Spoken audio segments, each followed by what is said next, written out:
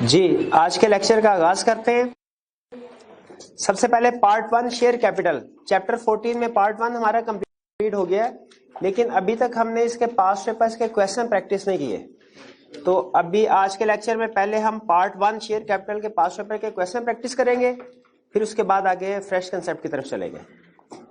तो पेज 273 पे आइए। Question number 1, can a company issue partly paid shares? If so describe the relevant provisions. क्या एक company partly paid share issue कर सकती है? इसका में नहीं कर सकती, तो जब कर ही नहीं सकती तो रेलिवेंट प्रोविजन ड्राफ्ट करने की जरूरत ही नहीं। वैसे आपको एक इंटरेस्टिंग फैक्ट बताऊं, जिस अटेम्प्ट में ये क्वेश्चन टेस्ट हुआ था उस वक्त पार्टली पेड शेयर इशू करने की इजाजत थी, लेकिन अब इसकी इजाजत नहीं है। कंपनी एक्ट 2017 परमिशन नहीं देता पार्टली पेड शेयर को इशू करने की। Question 2, in relation to company law, explain and distinguish between authorized and issued share capital of a company। इसके आगे मार्क्स जो हैं इसको काट दीजिए, क्रॉस कर दीजिए, क्योंकि आई कैप के अलावा जो दूसरी बॉडीज है वो जब क्वेश्चन या कंसेप्ट टेस्ट करती है तो उसके एक्सप्लेनेशन भी वो रिक्वायर करते हैं और एक्सप्लेनेशन के भी मार्क्स होते हैं, जबकि आई कैप टू दी पॉइंट बात करता है। आपको पता है आई कैप में ये कंसेप्ट अगर आई कैप पूछता है तो वो 2 नंबर से ज्यादा नहीं देगा मेरे ख्याल में, इन्होंने 6 मार्क्स, तो मार्क्स को इररेलेवेंट है। बताइए जी, authorised and issued share capital में क्या फर्क है? वो मैक्सिमम शेयर कैपिटल जो है कंपनी इशू कर सकती है, और इशूड शेयर कैपिटल एक्चुअली उसने इशू किया होता है। क्या issued share capital authorised share capital से ज्यादा हो सकता है? कभी भी नहीं हो सकता। इक्वल हो सकता है, लेस हो सकता है, ज्यादा नहीं हो सकता। हाँ, अगर ऑथोराइज्ड शेयर कैपिटल से ज्यादा इशू करना हो तो पहले स्पेशल रेजोल्यूशन के जरिए से ऑथोराइज्ड कैपिटल क्लास को चेंज करना पड़ेगा जी। और चलिए पॉज कर दीजिएगा थोड़ी देर के लिए जी। नेक्स्ट क्वेश्चन 3 की तरफ चलते हैं।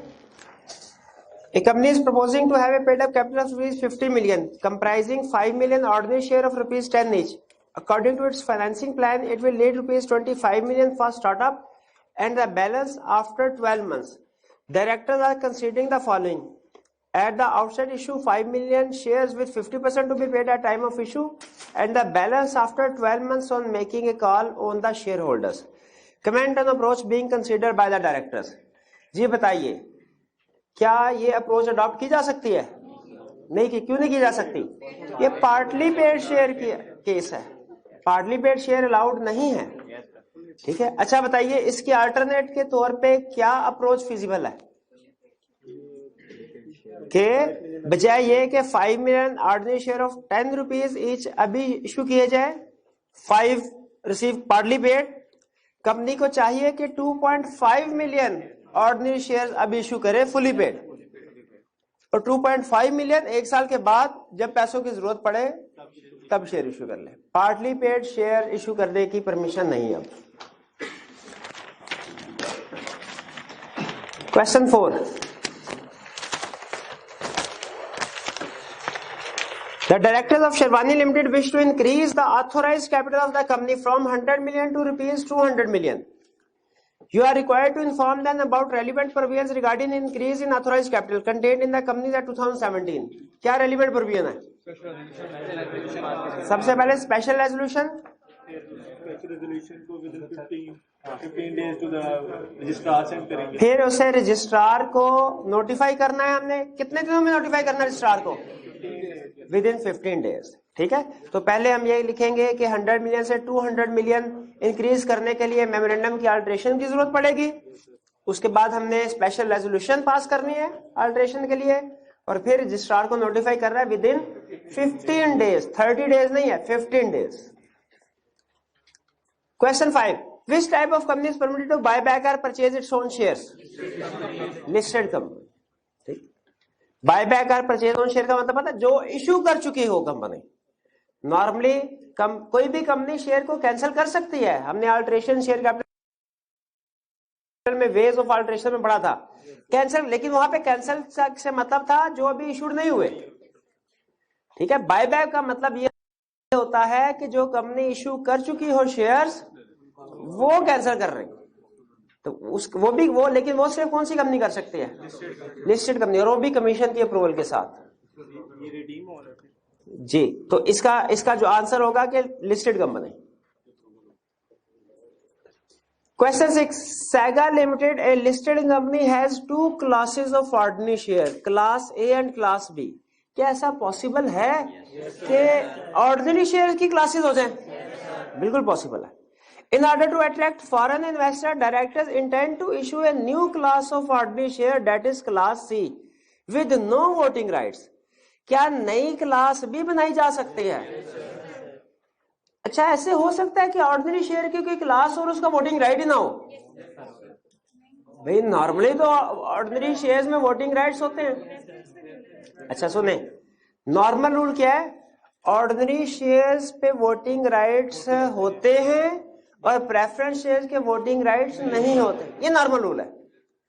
लेकिन एक्सेप्शनल केसेस में, रेयर केसेस में ऑर्डिनरी शेयर्स के भी हो सकता है वोटिंग राइट्स ना हो, ऐसी क्लास बनाई जा सकती है। और प्रेफरेंस शेयर्स के केस में भी हो सकता है वोटिंग राइट्स दे दिए गए हो। ये कब होता है? खास तौर पे जब preference share convertible into ordinary shares होते हैं। ये कन्वर्टेबल का कंसेप्ट डिस्कस किया था ना कल। तो याद रखिए, जनरल रूल क्या है? ऑर्डिनरी शेयर्स में वोटिंग राइट्स होंगे, प्रेफरेंस शेयर में वोटिंग राइट्स, लेकिन इसकी एक्सेप्शंस दोनों की पॉसिबल है। तो यहां पे कह रहा है कि हमने ऑर्डिनरी शेयर्स में class C with no voting rights issue करना चाहते, तो क्या कर सकते हैं? बिल्कुल कर सकते हैं। करंटली एसएल्स मेंबर, अच्छा मुझे ये बताइए, न्यू क्लास को ऑफ शेयर इशू करने के लिए क्या करना पड़ेगा? आर्टिकल्स में अल्टरेशन करनी पड़ेगी, आर्टिकल्स में न्यू क्लास को ऐड करना पड़ेगा, क्योंकि न्यू क्लास के राइट्स क्या होंगे? ये कहां लिखा होगा? आर्टिकल्स में लिखा होगा क्लास सी के कोई वोटिंग राइट्स। तो क्या इसका मतलब है उसका कोई और राइट्स ही नहीं होंगे?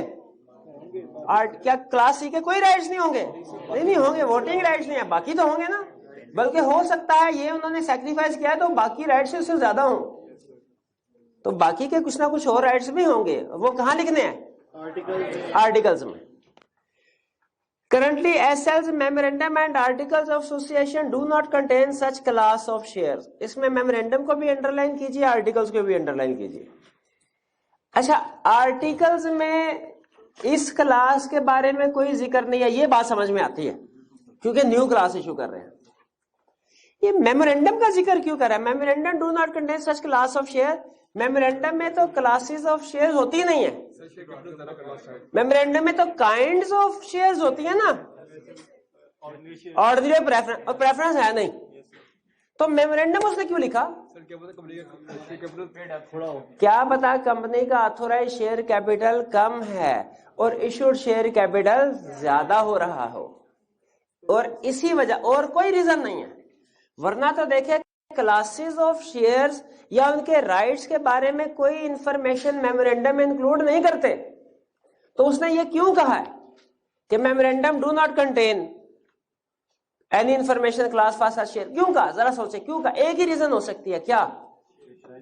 कि कंपनी का ऑथोराइज शेयर कैपिटल कम है और हमने उससे ज्यादा के शेयर इशू करना है क्लास सी के, और कोई रीजन नहीं है। तो इसका मतलब यह हुआ इस क्वेश्चन में हमें आर्टिकल्स की अल्टरेशन तो करनी ही करनी थी, मेमोरेंडम की भी करना है। भाई ये बात समझ आई? आगे चलते हैं। Under the provisions of the Companies Act 2017 briefly describe the steps which the director should take prior to issuance of class C shares. कह रहा बताइए कि क्या स्टेप्स लेंगे डायरेक्टर्स क्लास सी के शेयर्स को इशू करने से पहले। अच्छा मुझे ये बताइए, न्यू क्लास के शेयर इशू हो रहे हैं, ऐसा ही है? क्या ये वेरिएशन इन राइट्स का केस है कि नहीं? वो कंसेप्ट इसमें इन्वॉल्व होता है कि नहीं? होता कैसे कि क्लास सी के राइट्स को वेरी किया जा रहा है? गलत। हाँ, वेरी तो वो होती है जो चीज मौजूद हो। ये तो फर्स्ट टाइम रजिस्ट्रेशन हो रही है, वेरिएशन क्लास सी के राइट्स की नहीं हो रही। किसकी हो रही होगी? ए और बी। भाई ए और बी के, इसमें तो कह रहा है कि सी को वोटिंग राइट्स मिलेंगे नहीं, ए और बी तो खुश होने चाहिए, बाकी चीजें होंगी ना। हाँ, लेकिन बाकी के राइट्स में तो पॉसिबल है कि वेरिएशन हो रही हो, तो इसीलिए हम एंड पे एक लाइन वेरिएशन ऑफ राइट्स की भी लिखेंगे। इसका मतलब है इस क्वेश्चन में हमारे 3 कंसेप्ट इन्वॉल्व हुए। एग्री करते हैं तो यस कीजिएगा, अगर नहीं करते तो फिर पूछ लीजिएगा। पहला, अल्टरेशन इन आर्टिकल्स, क्योंकि न्यू क्लास आ रही है। दूसरा, अल्टरेशन इन मेमोरेंडम, ये क्यों बोला? क्योंकि उसने कहा कि है ही नहीं, क्वेश्चन ही नहीं है मेमोरेंडम में। तीसरा, वेरिएशन इन राइट्स, इसके बारे में उसने क्वेश्चन में क्लियरली नहीं बताया, लेकिन जब न्यू क्लास को इशू कर रहे हैं तो मोस्ट प्रोबेबली एग्जिस्टिंग क्लास के कुछ ना कुछ राइट्स इफेक्ट हो रहे होंगे। तो यहां पे सबसे पहले हमें मेमोरेंडम की अल्टरेशन बताइए कैसे होगी। स्पेशल रेजोल्यूशन पास करने हैं, ठीक है, और रजिस्ट्रार को इंटीमेट करना है विद इन 15। अच्छा, मेमोरेंडम में ये सिर्फ ये नहीं लिखना हमने कि मैं स्पेशल रेजोल्यूशन पास करनी है मेमोरेंडम की अल्टरेशन के लिए।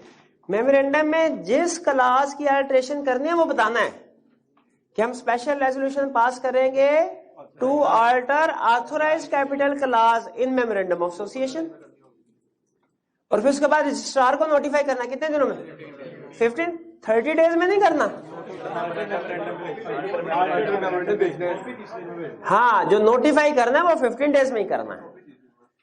जी बिल्कुल, वो जो अल्टर्ड मेमोरेंडम और आर्टिकल्स की कॉपी होती है वो 30 दिन में भेज दे, और यहाँ पे वो आर्टिकल्स मेमोरेंडम की बात नहीं कर रहा, नोटिफाई करने की बात कर रहा है। अच्छा, अल्टरेशन की आर्टिकल्स की अल्टरेशन ये कैसे होगी?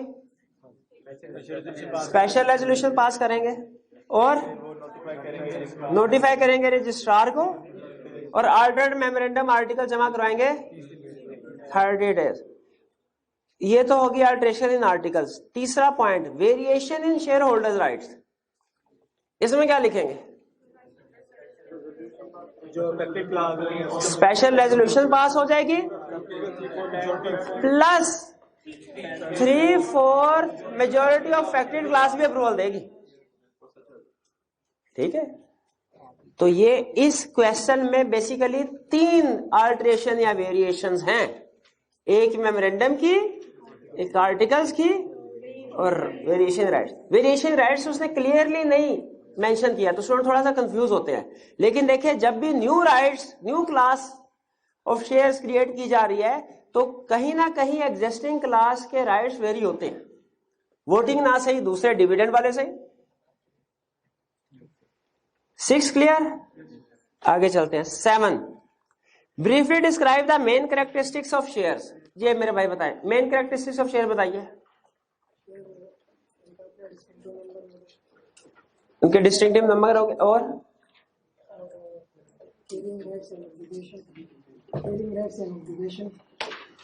ये एक फॉर्म ऑफ प्रॉपर्टी है जिसके राइट्स भी हैं और ऑब्लिगेशंस भी है, लायबिलिटीज भी है।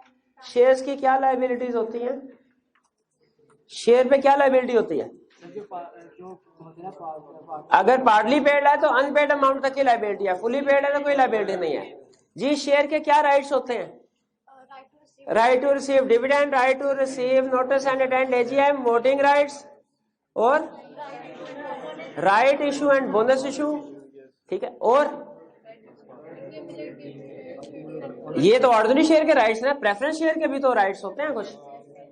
Right to accumulate dividend, right to convert into ordinary share, right to redeem. 7 clear? ये सिर्फ कैरेक्टरिस्टिक्स पूछ रहा था, सिंपल क्वेश्चन।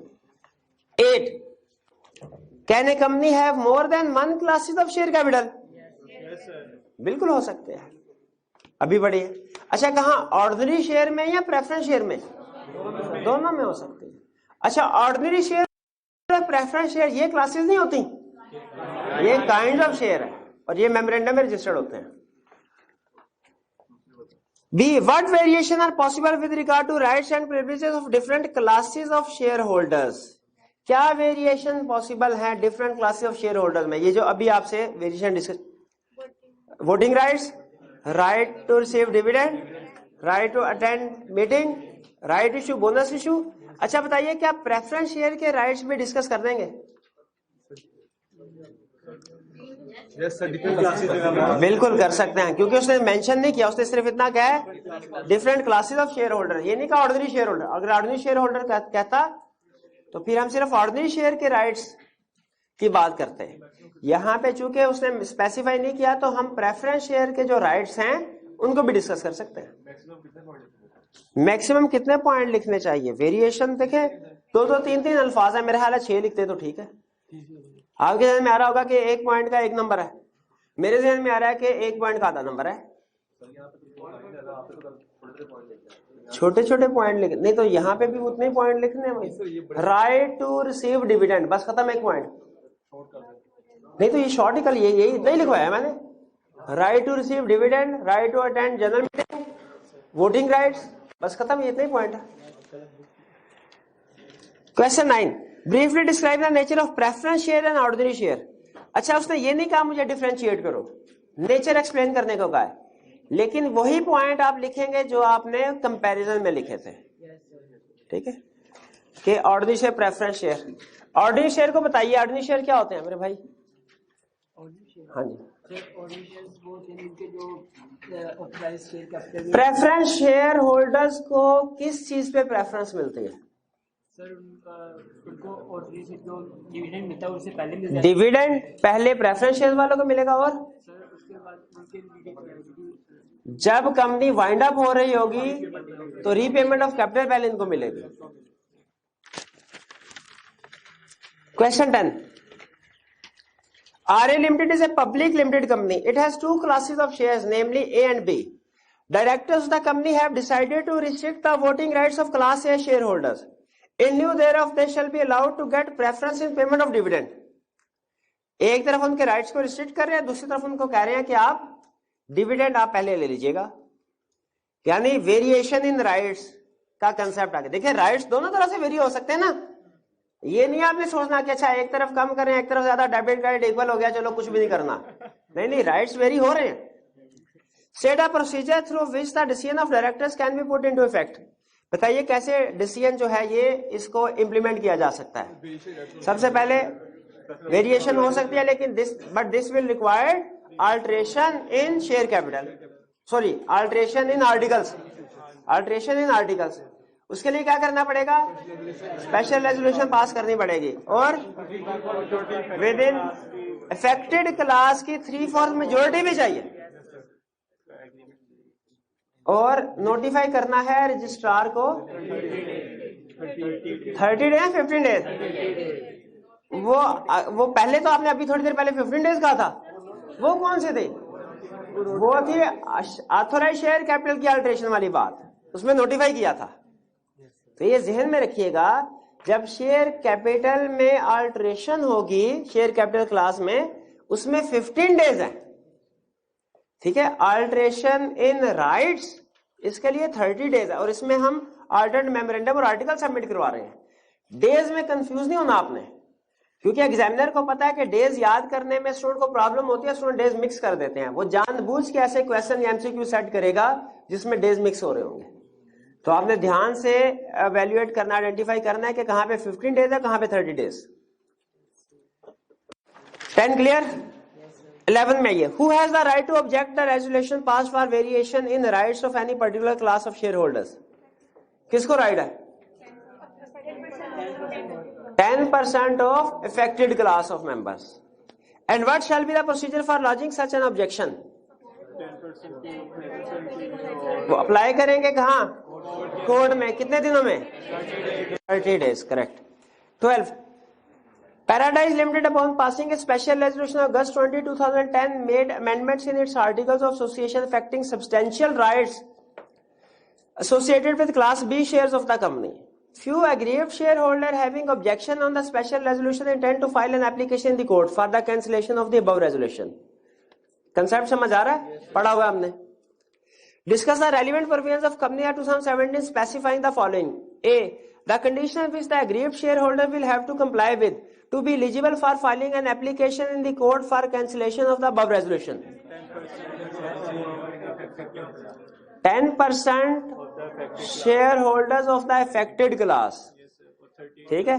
और कब अप्लाई करना है? With in 30 days of what? of passing the resolution. B. The matter which the court would consider while making a decision on the above application. Court कौन से मैटर को कंसीडर करेगी? वो consider करेंगे क्या कोई मटेरियल फैक्ट्स तो conceal नहीं किए गए थे, और उसके आगे ये बात लिखनी है, कौन सी वाली वाला, जो अगर उनके नॉलेज में होता है तो रेजोल्यूशन पास ना करते हो. और B, change is harmful to the interest of member. Correct. 13. If the alteration of articles affects the substantive rights or liabilities of members or class of members, then what is the condition precedent to alter the articles? 3/4 majority भी effect करनी चाहिए. लेकिन यहाँ पे मेरा ख्याल है 3/4 majority नहीं, सिर्फ आपको पूरा प्रोसीजर लिखना पड़ेगा. यानी स्पेशल रेजोल्यूशन पास करनी है, 3/4 मेजोरिटी अफेक्टेड क्लास, और फिर उसके बाद रजिस्ट्रार को भी अल्टर्ड मेमोरेंडम और आर्टिकल सबमिट करवाना है, क्योंकि मार्क्स ज्यादा है. इसमें नोटिफाई नहीं करना होता जी. इसमें नोटिफाई नहीं करना. नोटिफाई करने का पॉइंट रिक्वायर्ड नहीं है, लिखना चाहे लिख सकते हैं, लिख सकते. हाँ जी.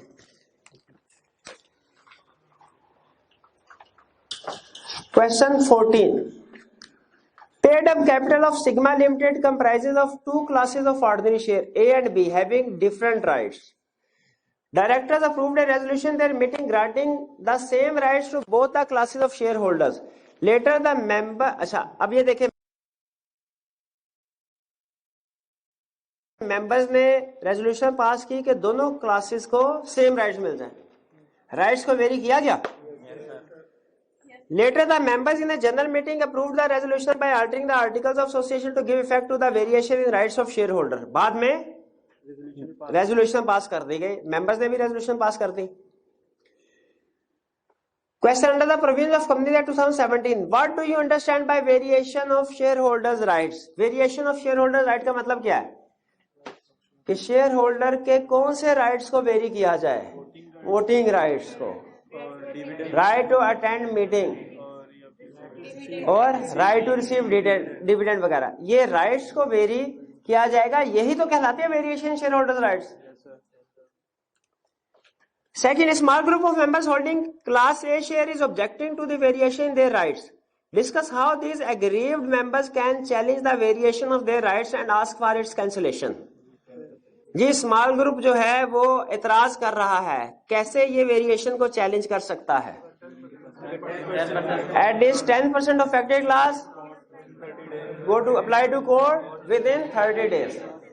अच्छा, उसके आगे वो कंडीशन बताने की जरूरत है जो लाजमी होगी इनको कोर्ट से ऑर्डर पास करवाने के लिए. कौन सी कंडीशन है? मटेरियल फैक्ट्स वर कंसीडर्ड और चेंज इज हार्मफुल. 14 में कोई प्रॉब्लम? जी जी. जब वो वैसे ही है, मतलब वो डिसएग्री कर रहे थे उस डिसीजन से, रेजोल्यूशन जब पास हो रही थी, तो उनके मतलब उन्होंने वोट ही नहीं किया होगा उसके हक में. हाँ जी बिल्कुल. जब उन्हें एतराज है तो बेसिकली जब ओरिजिनली ये रेजोल्यूशन पास हो रही होगी तो उन्होंने वोट ही नहीं किया होगा, तो फिर रेजोल्यूशन कैसे पास होगी उस वक्त? मटेरियल फैक्ट्स कंसील किए गए कि अगर उनसे ना किए गए होते तो फिर. देखिए, कोर्ट दो बातें बता रहा है. अगर मटेरियल फैक्ट्स कंसील्ड नहीं किए गए तो स्टिल अगर चेंज हार्मफुल होना, वहां जाके ये भी साबित, दोनों चीजें इकट्ठी साबित करना लाजमी नहीं है, दोनों में से कोई एक भी साबित कर दें, कोर्ट उस ऑर्डर को कैंसिल कर देगा, उस रेजोल्यूशन कैंसिल हो जाएगी. हो सकता है मटेरियल फैक्ट्स तो नहीं छुपाए गए, लेकिन चेंज इनके लिए नुकसानदेह है. वो तो फिर उन्होंने कहा क्लेम ही नहीं किया उस चीज का, चेंज का, उस चेंज का तो क्लेम ही नहीं किया ना उस क्लास ने. अफेक्टेड क्लास ने क्लेम नहीं किया. ये मींस क्या आप कह रहे हैं, मटेरियल जो थे, मटेरियल फैक्ट्स को हेल्ड किए गए थे? नहीं, मैं ये नहीं कह रहा. उनका क्वेश्चन ये था कि सर ये लोग एतराज कर रहे हैं, इसका मतलब है जिस वक्त रेजोल्यूशन पास हुई होगी उस वक्त भी इन्होंने एतराज किया होगा. ठीक है, तो इस वक्त भी हो सकता है इनको मटेरियल फैक्ट्स पता चले थे तो उन्होंने एतराज किया होगा ना. तो मटेरियल फैक्ट्स वाला तो फिर हो सकता है रेलिवेंट ना हो. तो दूसरा भी अगर चेंजेस हार्मफुल वाला भी कोर्ट में जाके प्रूव कर देते हैं, फिर भी कोर्ट उस ऑर्डर को, रेजोल्यूशन को कैंसिल कर देगा. लेकिन हमने क्वेश्चन के सोल्यूशन में दोनों पॉइंट्स लिखने हैं. 15. Directors of Pioneer Shipping Limited have decided to issue Class B ordinary share, which would have different rights and would be issued to a group of investors. The existing paid-up capital will be classified as Class A shares. अब देखिए currently जो ordinary share है उनको class ए बना दिया जाएगा और नए क्लास बी को इशू किया जाएगा।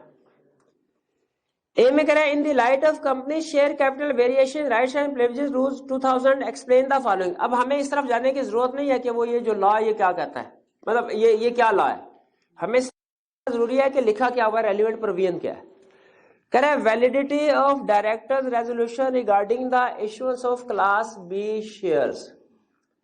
बताइए क्या डायरेक्टर्स ने ये जो डिसाइड किया है, रेजोल्यूशन पास किया है कि क्लास बी के शेयर इशू किए जाएंगे, क्या ये वैलिड है? डिपेंड करता है 3/4 में जो जी क्या ये वैलिड है? डायरेक्टर्स ये काम कर सकते हैं?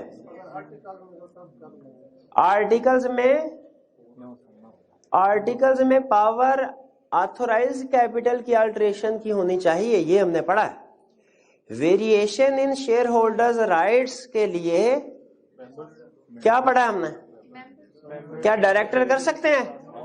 मेंबर कर सकते हैं। तो इसका मतलब है डायरेक्टर्स को रेजोल्यूशन पास करनी चाहिए, क्योंकि डायरेक्टर्स रेजोल्यूशन पास करेंगे तो फिर मेंबर्स की बारी आएगी ना। डायरेक्टर्स ठीक है, डायरेक्टर ने डिसाइड कर लिया, लेकिन डायरेक्टर्स की सिर्फ रेजोल्यूशन पास होने से अल्टरेशन नहीं फाइनल हो जाएगी। अल्टरेशन कैसे कंफर्म होगी? जब मेंबर्स भी स्पेशल रेजोल्यूशन पास। अच्छा, मेंबर्स के स्पेशल रेजोल्यूशन पास करना क्यों जरूरी है? क्योंकि आर्टिकल्स में अल्टरेशन हो रही है। क्या मेंबर स्पेशल रेजोल्यूशन पास कर लें फिर काम कंप्लीट हो जाएगा? नहीं, अभी इसमें इफेक्टेड क्लास भी है, क्लास है, उसकी भी 3/4 मेजोरिटी जरूरी है। यहां पे एक स्टूडेंट ने एक टेक्निकल पॉइंट उठाया। उसने कहा सर इफेक्टेड क्लास कौन सी होगी, बी के ए? बताइए इस क्वेश्चन में इफेक्टेड क्लास कौन सी होगी? क्योंकि बी तो नई क्लास बन रही है ना, वो तो इफेक्टेड ए होगी। तो एग्जिस्टिंग शेयर होल्डर सारे ए के है। तो जब स्पेशल रेजोल्यूशन पास हुई तो उस वक्त इसी के 3/4 मेजोरिटी जो है उसने अप्रूवल दे दी होगी। तो क्या इसमें हमें स्पेशल रेजोल्यूशन के साथ 3/4 मेजोरिटी का लफ्ज लिखना चाहिए? तो मेरा आंसर था एहतियातन हमें लिख देना चाहिए, क्योंकि एग्जाम में sometime class A class B दो क्लासेस, जैसे प्रीवियस क्वेश्चन था हमारा क्वेश्चन 14, ठीक है, उसमें आप शायद एग्जाम में बैठ के एनालिसिस ना कर सके, कि इसमें घर में बैठ के ना बंदा तसल्ली से सारे फैक्ट्स का एनालिसिस कर रहा होता है कि किस क्लास के शेयर्स इफेक्ट हो रहे हैं किसके नहीं हो रहे। एग्जाम में हो सकता है आपको ये तो पता चल जाएगा कि किसी क्लास के राइट्स वेरी हो रहे हैं, इफेक्ट हो रहे हैं, लेकिन वो क्लास ए है या क्लास बी या क्लास सी, ये शायद एनालिसिस आप एग्जाम में बैठ के ना कर सके टाइम प्रेशर की वजह से। तो इस सिचुएशन में आपके लिए ये मेंशन करना लाजमी नहीं है कि क्लास ए के शेयर होल्डर इफेक्टेड है या क्लास बी के।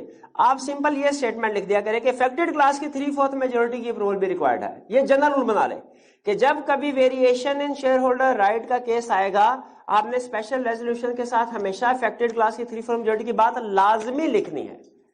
ठीक है, रेलिवेंट हुआ तो मार्क्स मिलेंगे, रेलिवेंट ना भी हुआ तो भी एक्स्ट्रा पॉइंट है ना, इसमें कोई प्रॉब्लम नहीं। क्लियर होगी ये बात? चलिए second, nature of variation in rights and privileges that may be attached to different classes of shares. Right to receive dividend, right to receive. अच्छा बताइए, यहां पे अगेन यहां पे भी एक स्टूडेंट ने आर्ग्यू किया, उसने कहा सर वेरिएशन ऑर्डिनरी शेयर वाले राइट्स की बताएंगे या कि प्रेफरेंस शेयर वाली भी बताएंगे, या दोनों बताएंगे? ऑर्डिनरी शेयर्स की बताएंगे। कंटेक्स्ट में कह रहा है ऑर्डिनरी शेयर का जिक्र कर रहा है, लेकिन रिक्वायरमेंट में वो वर्ड नहीं यूज कर रहा ऑर्डिनरी या प्रेफरेंस। रिक्वायरमेंट में कह रहा है shares, different classes of shares. अगर वो ये इस तरह कर रहा होता ना, क्वेश्चन सुनिएगा जरा, क्वेश्चन की रिक्वायरमेंट को समझना भी एक आर्ट होता है, जरा देखिएगा अगर क्वेश्चन को कैसे चेंज करता तो आपको क्लियर होता। The nature of variation in rights and privileges that may be attached to different classes of shares of PSL, Pioneer Shipping Limited. Pioneer Shipping Limited को हम पीएसएल कह देते हैं। अगर वो पीएस कंपनी का नाम मेंशन कर देता तो कंफर्म हो जाता हमने ऑर्डिनरी, क्योंकि इसके ऑर्डिनरी शेयर्स हैं। लेकिन उसने कंपनी का नाम मेंशन क्या कर नहीं सकता था, नाम मेंशन क्यों नहीं किया? वो जनरल रखना चाहता था इसको, ताकि हम ऑर्डिनरी शेयर के राइट्स भी बता दें और प्रेफरेंस शेयर के राइट्स भी बताते हैं। स्टिल अगर आप कहते हो नहीं सर ये इसका ताल्लुक है इसी कंपनी से, तो भी मुझे बताइए, एक मिनट आप खुद फैसला कर लें। इन भाई का पॉइंट ऑफ व्यू है कि सर ये रिक्वायरमेंट जो है ये केस से रिलेट करिए क्योंकि उसी केस के पार्ट वे में है। इनका आर्गुमेंट भी वैलिड है किसी हद तक। मेरा ख्याल है नहीं, अगर उसने इसको इस केस से रिलेट करना होता ना, यहाँ पे एंड में कंपनी का नाम लिखता। स्टिल दोनों 50-50 है। बताइए अगर मैं लिख देता हूं प्रेफरेंस शेयर के भी राइट और ये नहीं लिखते, सेफर साइड पे कौन है? क्योंकि मैंने थोड़ा सा एक्स्ट्रा लिया। अब देखें अगर तो उसने आपका पॉइंट ऑफ व्यू ठीक है तो आपको भी उतने मार्क्स मुझे भी उतने मार्क्स, नुकसान में फिर भी नहीं हूं। लेकिन अगर मेरा पॉइंट ऑफ व्यू ठीक निकला तो आपके तो एक नंबर गया। तो इसीलिए बेहतर यह है कि यहाँ पे थोड़ा सा एक्स्ट्रा लिख देने से कोई प्रॉब्लम नहीं है। जिस तरह वो अफेक्टेड क्लास वाला पॉइंट मैंने एक्स्ट्रा लिख दिया पिछले, हालांकि इसमें एक ही क्लास थी और स्पेशल रेजोल्यूशन में वो कवर हो जाती है, लेकिन स्टिल मैंने अफेक्टेड क्लास को एहतियातन मेंशन कर दिया। तो थोड़ा सा एक्स्ट्रा लिख देने से कोई प्रॉब्लम नहीं, बेहतर है। D, Ahmed and Faraz holding 9% and 10% share holding respectively do not agree with the issuance of class B shares as in their opinion this would adversely affect their interest, though a majority of members are in favor of the resolution. In the light of the provisions of Company Act 2017, advise the course of action which Ahmed and Fraz should take in respect of the above.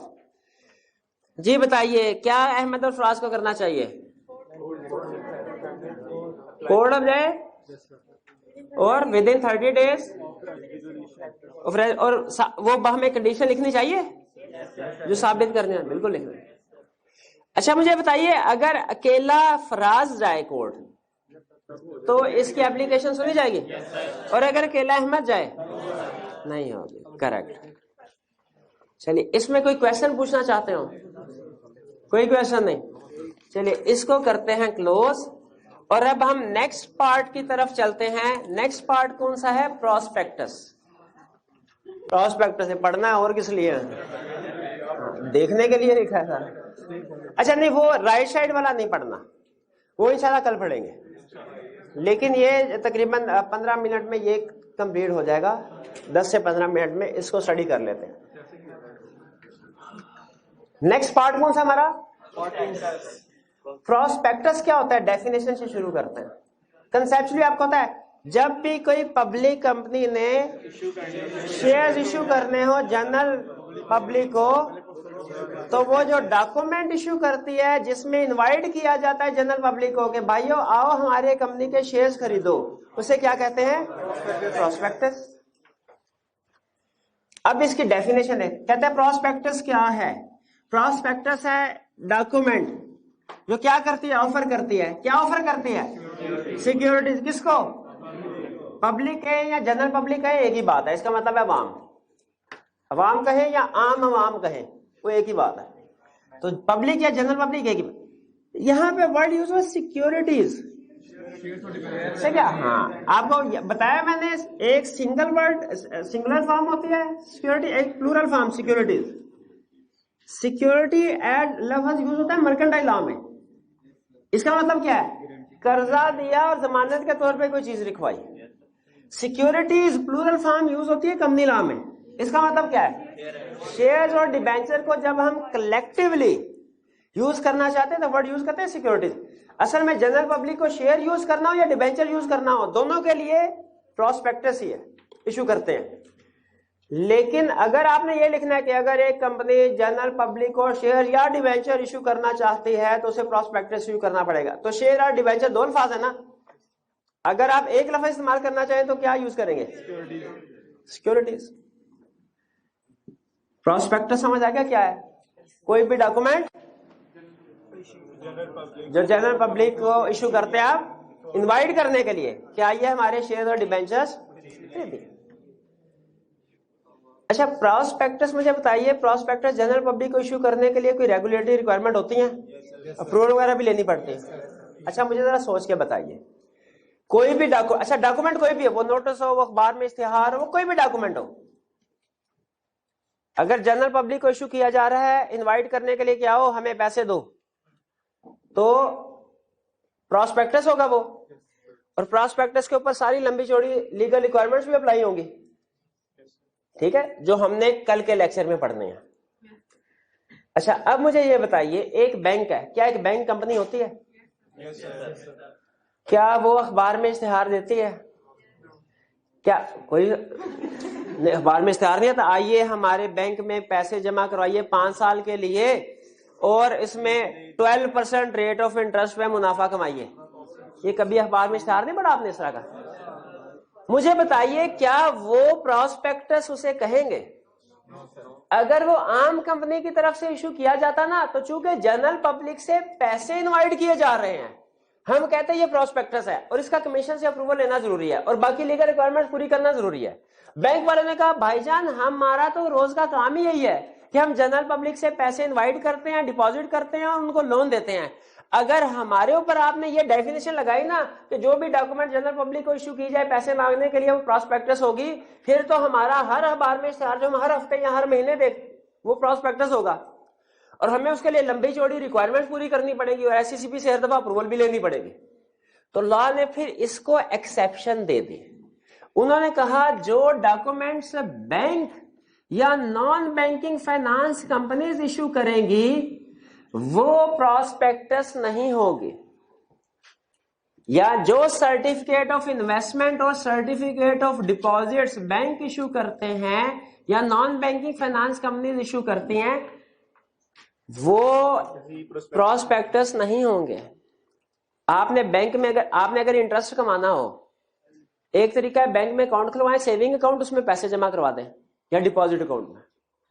एक और तरीका भी है, account खुलवाए बगैर भी bank में पैसे जमा करवाए जा सकते हैं। उसमें बैंक आपको एक पीस ऑफ पेपर देता है जिसे कहते हैं सर्टिफिकेट ऑफ इन्वेस्टमेंट या सर्टिफिकेट ऑफ डिपॉजिट।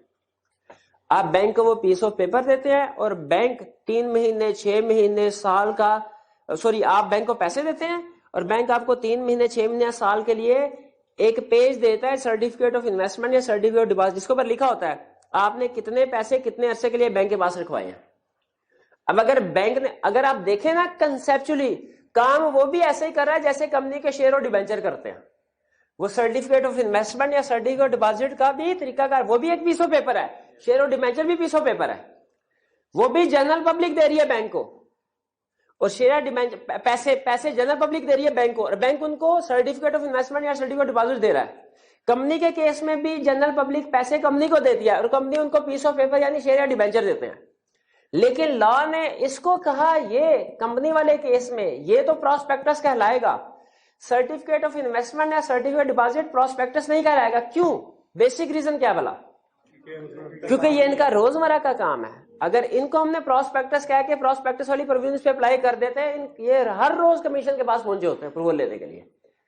तो लॉ ने कहा प्रॉस्पेक्टस की डेफिनेशन बैंक्स पे या नॉन बैंकिंग फाइनेंस कंपनीज पे अप्लाई नहीं होगी। ये लोग जो सर्टिफिकेट ऑफ इन्वेस्टमेंट या सर्टिफिकेट डिपॉजिट इशू करते हैं इन पे डेफिनेशन अप्लाई नहीं होगी। यहां तक क्लियर? अगला कंसेप्ट बताइए, प्रॉस्पेक्टस का पर्पस क्या होता है? भाई पब्लिक से ये प्रॉस्पेक्टस एक डॉक्यूमेंट है जिसमें पब्लिक कंपनी क्या करती है, ऑफर करती है सिक्योरिटीज, किसको? जनरल पब्लिक को। इसका पर्पस क्या होता है कि जनरल पब्लिक से इन्विटेशन हासिल की जाए, जनरल पब्लिक से इन्विटेशन हासिल कीजिए। किस चीज की इन्विटेशन? सर हमारी सिक्योरिटीज खरीदी, हमें पैसे दीजिए और हमारी सिक्योरिटीज खरीदिए। क्या प्राइवेट कंपनी प्रॉस्पेक्टस इशू कर सकती है? वो तो इनवाइट ही नहीं कर सकती। पब्लिक कंपनी कर सकती है, ये ध्यान में रखिएगा फर्क, ये पहले भी हमने डिस्कस किया हुआ है, ठीक है। अच्छा बताइए, प्राइवेट कंपनी जब भी शेयर इशू करेगी जनरल पब्लिक को करेगी, प्राइवेट अरेंजमेंट के जरिए, प्राइवेट प्लेसमेंट के जरिए से करेगी या दोनों तरीकों से कर सकती है? प्राइवेट प्लेसमेंट के जरिए कर सकती है, जनरल पब्लिक को तो इशू नहीं कर सकती, पक्की बात है। अच्छा, जो पब्लिक कंपनी है ये सिर्फ जनरल पब्लिक जब शेयर इशू करने हैं सिर्फ जनरल पब्लिक को इशू करेगी, सिर्फ प्राइवेट प्लेसमेंट के जरिए इशू करेगी या दोनों को? अच्छा बताइए, जब प्राइवेट प्लेसमेंट के थ्रू शेयर इशू किए जाएं, सिक्योरिटीज इशू की, प्रॉस्पेक्टस की जरूरत है कि नहीं? पक्की बात है, ये बहुत अहम कंसेप्ट है। अभी आपने जहन में रखना है क्या कि प्रॉस्पेक्टस रिक्वायर्ड नहीं है। कब?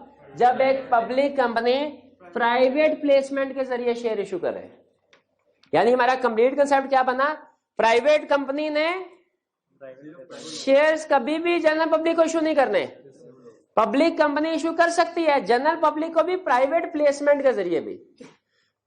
अब अगर पब्लिक कंपनी जनरल पब्लिक को शेयर इशू करती है फिर प्रोस्पेक्टस रिक्वायर्ड है। अगर पब्लिक कंपनी प्राइवेट प्लेसमेंट के जरिए शेयर इशू करती है फिर रिक्वायर्ड, क्योंकि प्राइवेट प्लेसमेंट होती है फ्रेंड्स एंड फैमिली मेंबर को, उन्हें तो वो जुबानी कलामी चीजें बता देते हैं। तो ये जहन में अच्छा, प्राइवेट कंपनी और प्राइवेट प्लेसमेंट इन दो टर्म्स में फर्क समझ आ रहा है ना। प्राइवेट प्लेसमेंट का मतलब आपने शेयर इशू करने हैं तो जनरल पब्लिक को अखबार में इश्तिहार देना है या कि अपने फ्रेंड एंड फैमिली मेंबर्स से कांटेक्ट करके पर्सनली शेयर इशू करना है। तो मुझे बताइए क्या ऐसा पॉसिबल है कि प्राइवेट कंपनी शेयर इशू करे लेकिन prospectus public company share issue करे लेकिन प्रोस्पेक्टस इशू ना करे? कब पॉसिबल है? अच्छा, आपके लॉ का इम्तिहान लो। क्या आप मुझे कोई और सिचुएशन एग्जांपल बता सकते हैं जिसमें पब्लिक कंपनी शेयर इशू कर रही होगी लेकिन प्रोस्पेक्टस इशू नहीं कर रही होगी? शाब, अगर एग्जिस्टिंग शेयर होल्डर को ही शेयर इशू की, उसे हमने क्या टेक्निकली क्या नाम देते थे? Right issue. अच्छा, मजीद इम्तिहान, क्या एक और एग्जांपल बता सकते हैं जिनमें पब्लिक कंपनी शेयर इशू कर रही होगी लेकिन प्रोस्पेक्टस इशू नहीं करेगी? Bonus issue. शाबाश। और भी एग्जांपल है 2-3, लेकिन वो अभी नहीं बता रहा, वो कल पढ़ानी है। सारा कुछ आज थोड़ी पढ़ा देना है। लेकिन जहन में रखिएगा मेन कंसेप्ट क्या, कि पॉसिबल है कि पब्लिक कंपनी शेयर तो इशू करे लेकिन विदाउट इशूइंग प्रोस्पेक्टस। ठीक है, वो कुछ केसेस में पॉसिबल है। आगे चलते हैं। टाइमिंग। प्रोस्पेक्टस कब इशू किया जा सकता है? जब भी पैसों की जरूरत पड़े। क्या इनकॉर्पोरेशन से, सर्टिफिकेट ऑफ इनकॉर्पोरेशन से पहले प्रोस्पेक्टस को इशू किया जा सकता है? उस वक्त तो कंपनी एग्जिस्ट नहीं करती। क्या सर्टिफिकेट ऑफ इनकॉर्पोरेशन के बाद प्रोस्पेक्टस को इशू किया जा सकता है? बिल्कुल किया जा सकता है। फिर से बताइए, क्या certificate of commencement of business से पहले प्रोस्पेक्टस इशू किया जा सकता है? हाँ, कमेंसमेंट पकड़ गए आपने, बिल्कुल। मैंने सर्टिफिकेट इनकॉर्पोरेशन नहीं बोला, certificate of commencement of business, उससे पहले बिल्कुल प्रोस्पेक्टस इशू किया जा। अच्छा, मुझे एक बात बताइए, कंपनी इनकॉर्पोरेट हो गई, public company, stock exchange apply किया, सर हमारे शेयर लिस्ट कर दीजिए। अभी लिस्टिंग प्रोसेस में है, स्टॉक एक्सचेंज एप्लीकेशन के ऊपर अपना प्रोसेस लगा रही है। क्या इस वक्त पब्लिक कंपनी प्रोस्पेक्टस इशू कर सकती है? अभी लिस्टिंग हुई नहीं, लेकिन एप्लीकेशन दी हुई है। याद रखे, कर सकते हैं। हाँ, क्या पता, मैं उसी तरफ आ रहा हूं। अगर प्रोस्पेक्टस इशू करती है, प्रोस्पेक्टस के ऊपर क्या उसे ये लिखना चाहिए कि सर हमने एप्लीकेशन फाइल किया स्टॉक एक्सचेंज में जो अंडर प्रोसेस है? लिखना चाहिए। लिख दिया, लोगों ने पैसे डाल दिए, बाद में पता चला स्टॉक एक्सचेंज ने लिस्टिंग कैंसिल नहीं दी, एप्लीकेशन रिजेक्ट कर दी है, उन पैसों का क्या करना है? वापस कर दिए जाएंगे। वो पैसे क्या करने हैं? क्योंकि क्या कह के लिए थे कि लिस्टेड होने जा रही है, लिस्टेड नहीं हुई तो पैसे वापस करने उनको। ठीक है, फिर वो अलहदा, इसके बाद कंपनी क्या करती है वो अलहदा तरीकाकार है। तो ये टाइमिंग क्लियर हो गई। आप इनकॉर्पोरेशन से पहले प्रोस्पेक्टस इशू नहीं कर सकते, बाद में कर सकते हैं। अच्छा, आप मुझे बता सकते हैं एक डिफरेंस मेमोरेंडम और आर्टिकल्स में और प्रोस्पेक्टस में क्या फर्क है? मेमोरेंडम और आर्टिकल्स, ये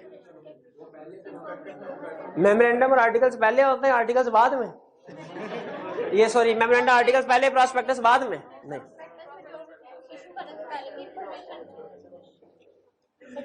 मेमोरेंडम और आर्टिकल्स होते हैं लाइफ टाइम। प्रोस्पेक्टस सिर्फ उस वक्त तक होते हैं जब तक शेयर इशू ना कर दे। जब शेयर इशू कर दिए, प्रोस्पेक्टस का लीगल स्टेटस खत्म।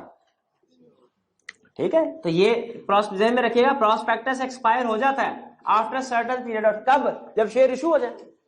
लेकिन मेमोरेंडम और आर्टिकल्स चलते रहते हैं। प्रोस्पेक्टस में कौन से कंटेंट्स होने चाहिए, इंफॉर्मेशन कौन सी होनी चाहिए? जो भी इन्वेस्टर के लिए रेलिवेंट है। इन्वेस्टर ने डिसीजन करना है अपनी जिंदगी का सबसे अहम, अपनी जिंदगी की सारी जमा पूंजी उसने कंपनी में लगानी है, तो इस फैसला करने में जो भी इंफॉर्मेशन रेलिवेंट होगी इस डिसीजन मेकिंग में, इन्वेस्टमेंट का डिसीजन करने में जो भी रेलिवेंट इंफॉर्मेशन होगी वो सारी की सारी प्रोस्पेक्टस में इंक्लूड होनी चाहिए। आप खुद भी वैल्यूएट कर सकते हैं कि यार अगर मैंने इन्वेस्टमेंट करनी है मुझे क्या क्या इंफॉर्मेशन चाहिए, वो प्रोस्पेक्टस में लिखें।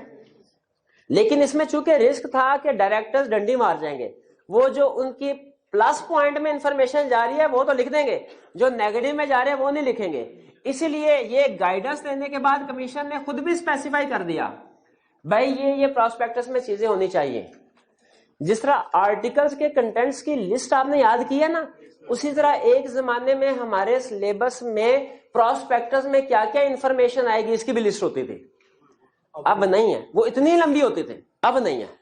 लेकिन सिर्फ आपको कंसेप्ट देने के लिए 2-3 एग्जांपल है कि प्रोस्पेक्टस जब इशू करें उसमें हर वो रेलिवेंट इंफॉर्मेशन होनी चाहिए जो कि डिसीजन मेकिंग के लिए जरूरी है। For example particulars of directors, investor को पता चले उनका पैसा किन हाथों में जा रहा है। फॉर एग्जांपल अर्निंग कहते हैं प्रॉफिट को, पिछले सालों के प्रॉफिट को इन्वेस्टर को पता चले भाई पिछले साल में प्रॉफिट हो रहा है तो उम्मीद आइंदा भी प्रॉफिट होगा, पिछले साल में नुकसान हो रहा है वो कहेंगे नहीं भाई हमने इन्वेस्टमेंट नहीं करनी। क्या पिछले साल का प्रॉफिट रेलिवेंट फैक्टर है? और साथ ही एक रिस्क फैक्टर यानी वार्निंग भी लिख दे, क्या कि पिछले सालों का प्रॉफिट लाजमी नहीं अगले सालों में भी हो। ये वार्निंग दे दे, लिख देनी चाहिए ना बात, ठीक है, कि पास जो है लाजमी नहीं फ्यूचर में भी इसी तरह हो। यहां तक क्लियर? छोटा सा कंसेप्ट है 2 मिनट का। कल, अच्छा कल भी हो सकता है, लेकिन कल फिर ये सारा मुझे दोबारा करवाना पड़ेगा, कंटेक्स्ट बनाना जरूरी होता है। चलें आप इतना इसरार कर रहे हैं तो करवा ही देता हूं।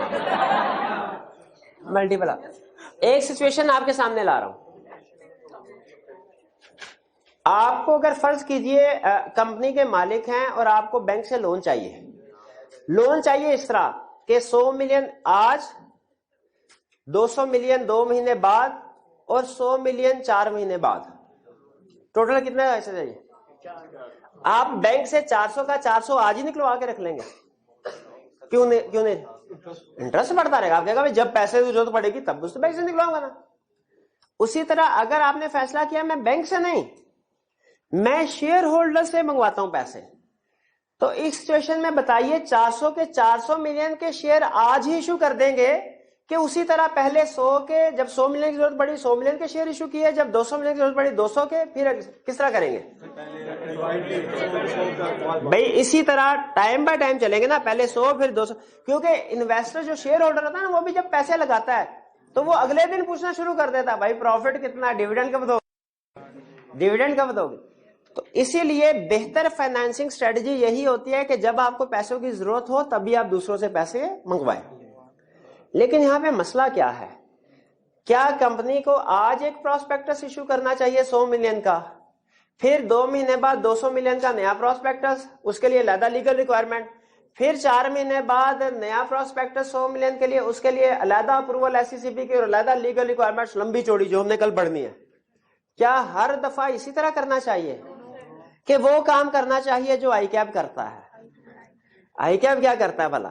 ICAP आपकी एक बुक है ना, कोई भी बुक, जैसे फॉर एग्जांपल अकाउंटिंग की, उसने इस दफा इशू कर दी, अगले सेशन में कुछ स्टैंडर्ड वगैरह टॉपिक चेंज हुआ, वो क्या करता है?